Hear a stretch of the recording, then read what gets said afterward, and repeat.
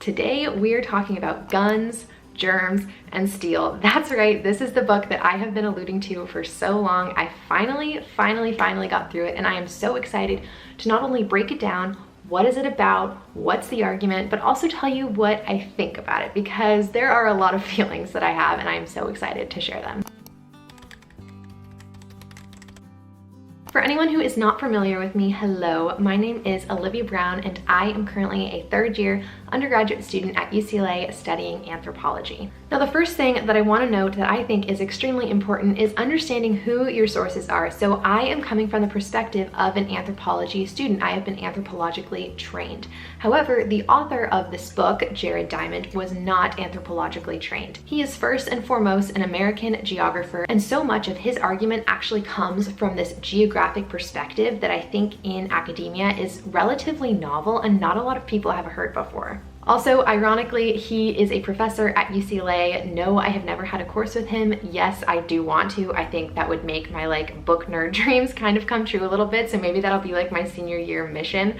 But yeah, now that you know who I am and who wrote the book, let's just talk about it. So the first concept that I want to dive into is the thing that the book is questioning. And this book really tries to dig into this idea of why the world is the way it is today. And basically what I mean by that is Jared Diamond throughout this book is really questioning why certain parts of the world were quicker to agriculture, quicker to domestication, quicker to colonization, quicker to technology, and why some other parts of the world were then victimized by these instances of colonization. Now remember, he is a geographer, and that is where this argument begins. The first, I want to say half of this book is completely devoted to agriculture. Now Diamond presents you with this checklist throughout the book, and the checklist is in regards to how easy it is to domesticate certain plants and animals as they relate to different parts of the world.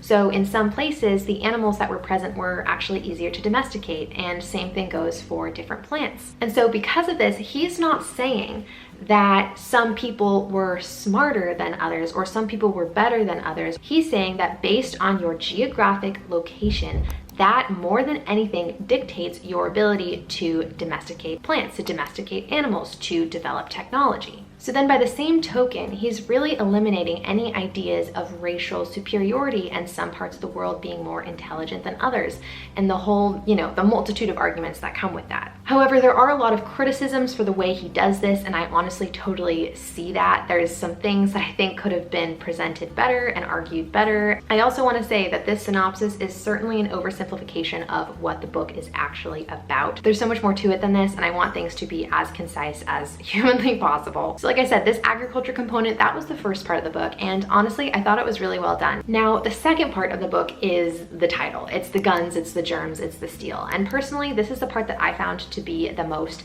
interesting, especially reading about a pandemic during a pandemic, if that makes sense. So understanding how germs really impact us and this transmission between animals and humans and how closely we live to different animal species. And then of course the technology component that came as a byproduct of agriculture and no longer being hunter-gatherer individuals. Okay, now the main thought that I want to share with you all as this end of book thought and criticism is this. There's this idea present that geographic determinism has greater power than human agency.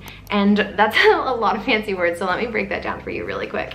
Geographic determinism is everything that I've been saying throughout this video. This idea that your geography is the #1 predictor in your actions. And human agency is this idea that you as a person are making your own decisions and free will almost. So let me give you a little example of how these two things might be at odds with one another. A really basic example, mind you. So let's say that I had a drink of water this morning. Now the geographic determinism argument would be that I had this cup of water because there is a sink in my home near me, and yeah. Now the idea of human agency would be getting that drink of water was my idea, and it's who I am, and it was what I wanted in that moment, and it's the byproduct of so many different variables, how I've been raised, who I am, my beliefs, all these things, and it was ultimately my decision, not a byproduct of the environment.